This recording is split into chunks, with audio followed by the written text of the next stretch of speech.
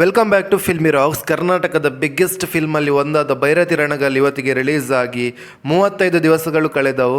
ಹೌದು ಫ್ರೆಂಡ್ಸ್, ನಿಮಗೆಲ್ಲರಿಗೂ ತಿಳಿದಿರುವಂತೆ ಈ ಫಿಲ್ಮ ಲೀಡ್ರಲ್ಲಿ ಕರ್ನಾಟಕದ hat trick hero Shivaraj Kumar sir ಇದ್ದಾರೆ. ಹಾಗೆ ಬಿಡುಗಡೆದ 35ನೇ ದಿವಸದ ಬಾಕ್ಸ್ ಆಫೀಸ್ ಕಲೆಕ್ಷನ್ನ ಮಾಹಿತಿಯನ್ನು ತಿಳಿದುಕೊಳ್ಳೋ ಮೊದಲು ಯಾರಾದರೂ ನಮ್ಮ ಚಾನಲ್ಗೆ ಹೊಸದಾಗಿ ಭೇಟಿಯಾಗಿದ್ದರೆ ದಯಮಾಡಿ ಕರ್ನಾಟಕದ ಹ್ಯಾಟ್ರಿಕ್ ಹೀರೋ ಶಿವರಾಜ್ ಕುಮಾರ್ ಸರ್ನ ಅಭಿಮಾನಿಗಳು ನಮ್ಮ ಚಾನಲ್ಗೆ ಸಬ್ಸ್ಕ್ರೈಬ್ ಮಾಡಿ.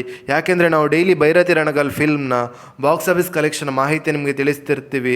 ಹೌದು ಫ್ರೆಂಡ್ಸ್, ಬಿಡುಗಡೆದ 35ನೇ ದಿವಸದ Bhairathi Ranagal film box office ಕಲೆಕ್ಷನ್ನ ಮಾಹಿತಿ ನಿಮಗೆ ತಿಳಿಸ್ತಾದ್ರೆ ಕರ್ನಾಟಕದಲ್ಲಿ ಈ ಫಿಲ್ಮ್ 11,40,000 ಕಲೆಕ್ಷನ್ ಮಾಡ್ತಿದೆ.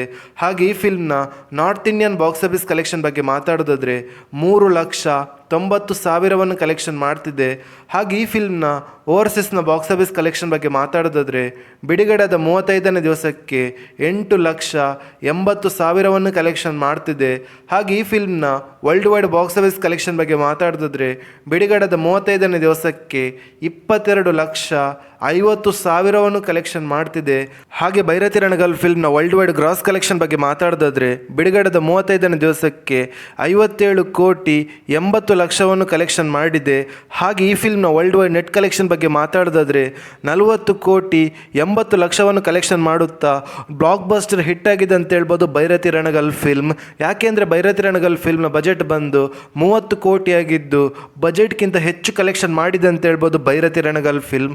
ಹಾಗೆ ನಿಮ್ಮ ಪ್ರಕಾರ Bhairathi Ranagal film lifetime ಎಷ್ಟು ಕಲೆಕ್ಷನ್ ಮಾಡ್ಬೋದು ಅಂತ ನಮ್ಮ ಕಮೆಂಟ್ ಬಾಕ್ಸಲ್ಲಿ ತಿಳಿಸಿ.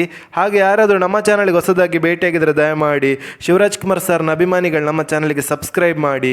ಯಾಕೆಂದರೆ ನಾವು ಡೈಲಿ ಭೈರತಿ ರಣಗಲ್ ಫಿಲ್ಮ್ನ ಬಾಕ್ಸ್ ಆಫೀಸ್ ಕಲೆಕ್ಷನ್ನ ಮಾಹಿತಿ ನಿಮಗೆ ತಿಳಿಸ್ತಿರ್ತೀವಿ. Thank you.